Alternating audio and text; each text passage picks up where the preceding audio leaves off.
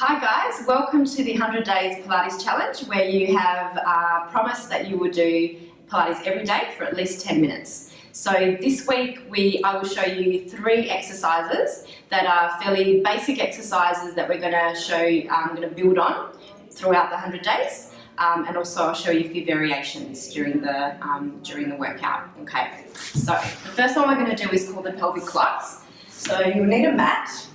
So you lie down on your back, and you might want to have a towel underneath your head if you feel a bit uncomfortable just having your head straight on the mat. That's completely fine. And we're going to work on an exercise called the pelvic clock, which is bringing awareness to your pelvis and how it moves.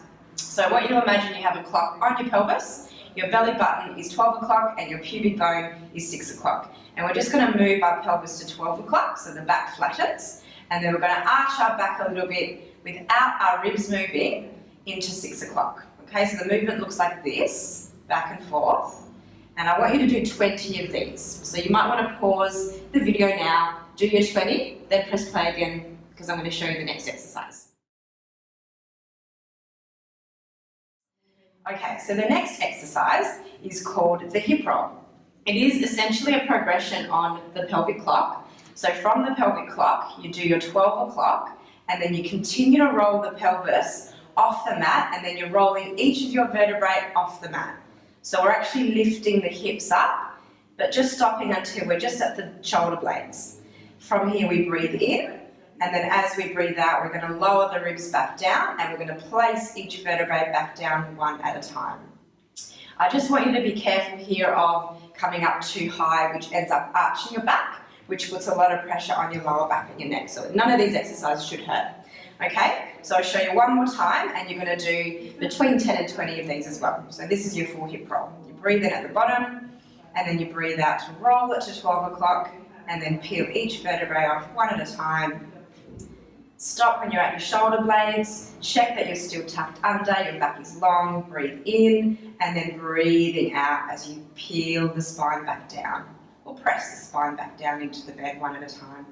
So do your 10 to 20 of these. Pause the video, and then I'll show you your next couple of exercises.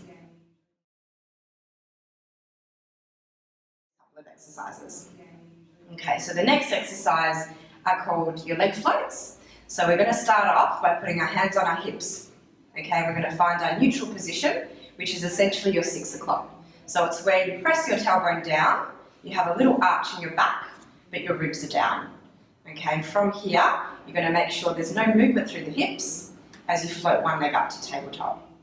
Easy peasy, and then you lower it down. Okay, if you notice a bit of a wobble from hips to hips, that's okay. Next time you do it, just be a little bit more aware of holding your core in. So drawing your pelvic floor, your lower tummy gently in to keep you stable. So I'd like you to do 20 alternating legs. After you've done the leg floats, we're going to take one leg up at a time. This is a stronger exercise for your lower tummy, so make sure your lower tummy is drawing in, and then float the other leg up. From here, we take a breath in, we check the ribs are down, and then we're going to breathe out to lower the leg, and just tap the foot on the bed, and then bring it back up. So we're using our tummy muscles to bring the leg back up, and we're making sure that we're not getting any pain. So if you're getting pain in your back, you can go halfway, or to a point that feels comfortable, or perhaps you're not ready for this one yet, and you can just do the first one we did where one leg at a time, lifted and lowered, okay? So just 20 of these.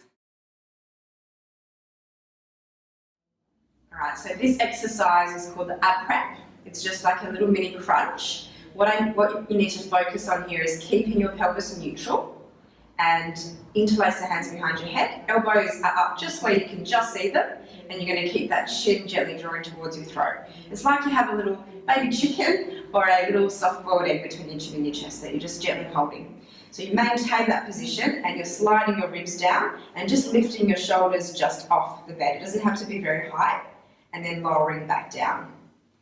Make sure as you lift up, your tailbone stays down. So we're not letting the back flatten, we're keeping the tailbone down here. That's really important. And then lower down. 20 of those will be more than enough, and that is your challenge complete for the week.